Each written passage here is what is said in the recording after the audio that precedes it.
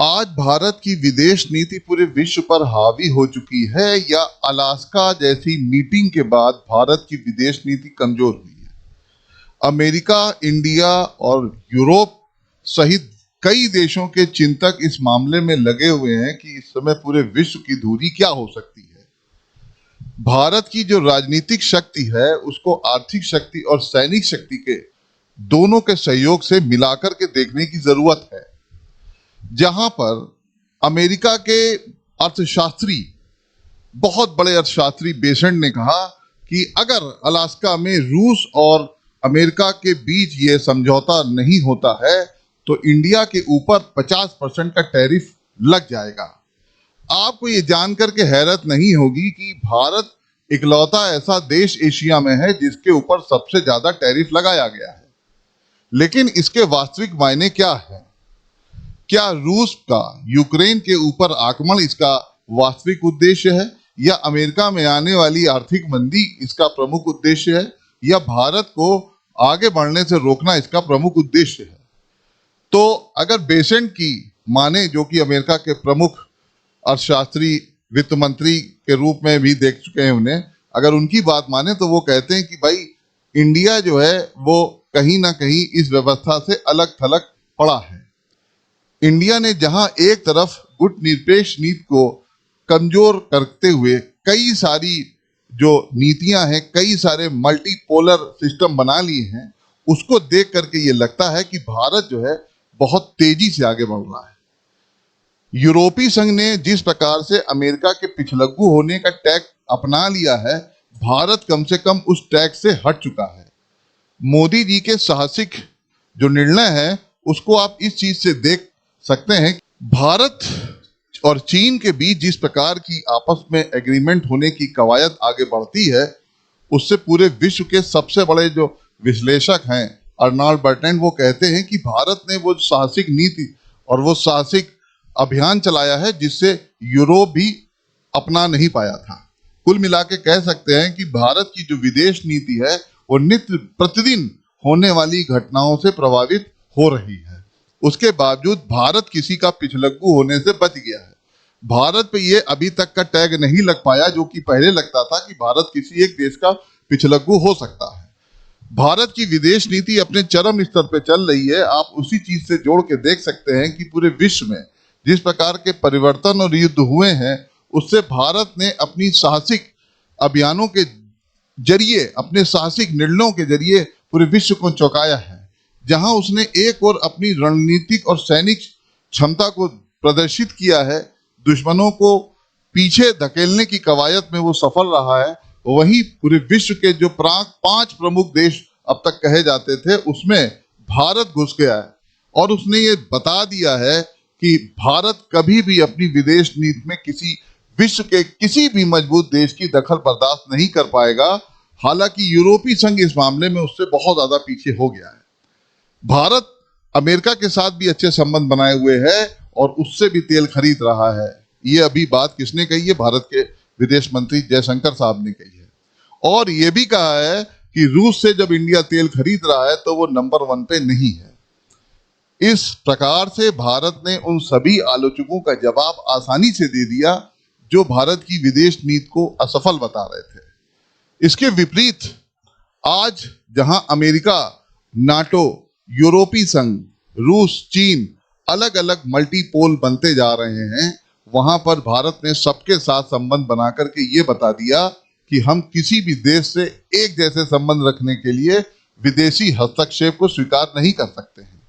अपनी ऊर्जा जरूरतों के लिए, सैनिक जरूरतों के लिए और रणनीतिक साझेदारियों के लिए वो अलग अलग देशों के साथ अलग अलग संधियां कर सकते हैं।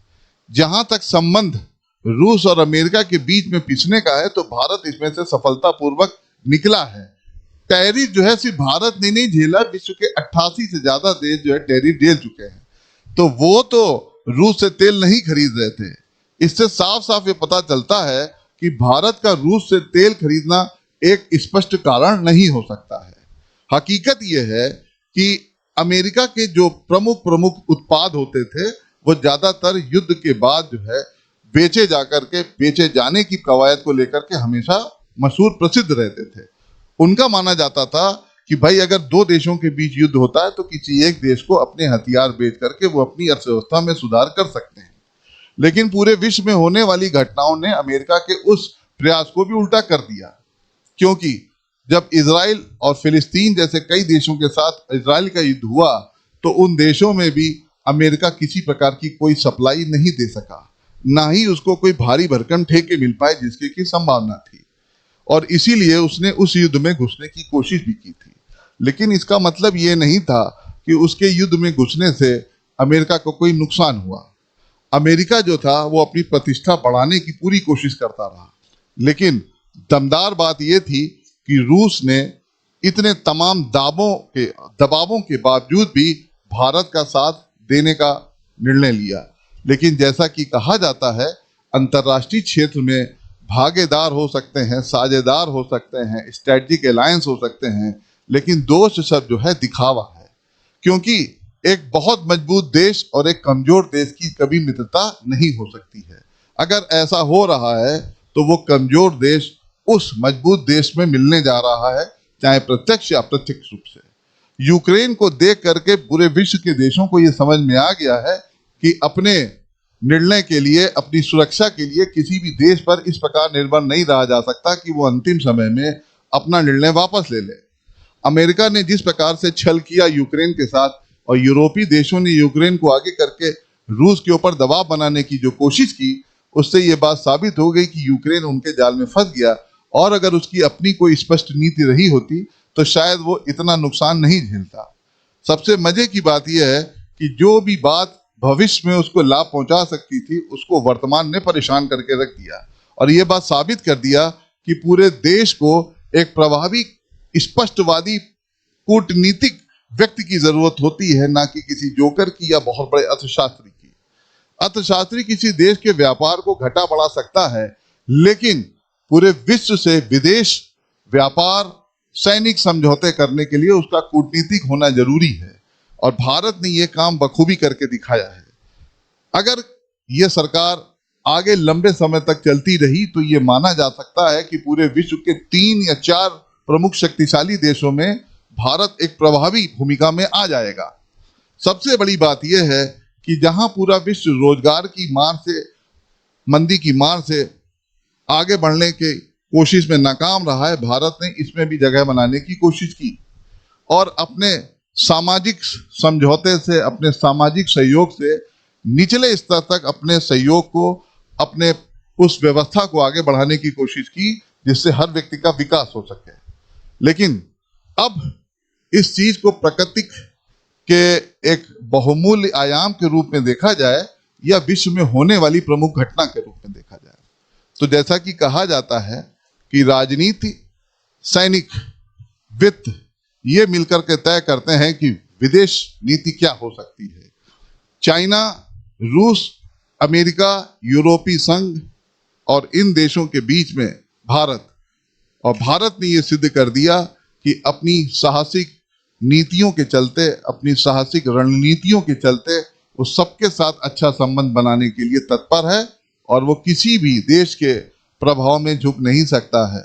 आने वाले समय के लिए ये इशारा काफी है, क्योंकि पूरा विश्व जानता है कि भारत जैसे लोकतांत्रिक देश को किसी भी देश के पाले में जाने से रोकने के लिए जरूरी है कि उसके ऊपर ज्यादा अंकुश ना लगाया जाए, और यही शायद सबसे बड़ी बुद्धिमानी होगी। तो इस प्रकार से भारत की जो विदेश नीति है वो पूरी तरीके से सफल रही है, और विश्व के मुकाबले में देखा जाए तो जहां अन्य देशों की नीतियां विफल हो गई, वहां भारत विश्व गुरु बनने की राह पे आगे चल सका है। और मेरी बात जो है विदेश स्तर पे हो रही है, क्योंकि 150 करोड़ वाली जनसंख्या को पूरी तरीके से संतुष्ट रखने के लिए बहुत सारे प्रयास हमेशा से नाकाम हो सकते हैं। Thank you so much.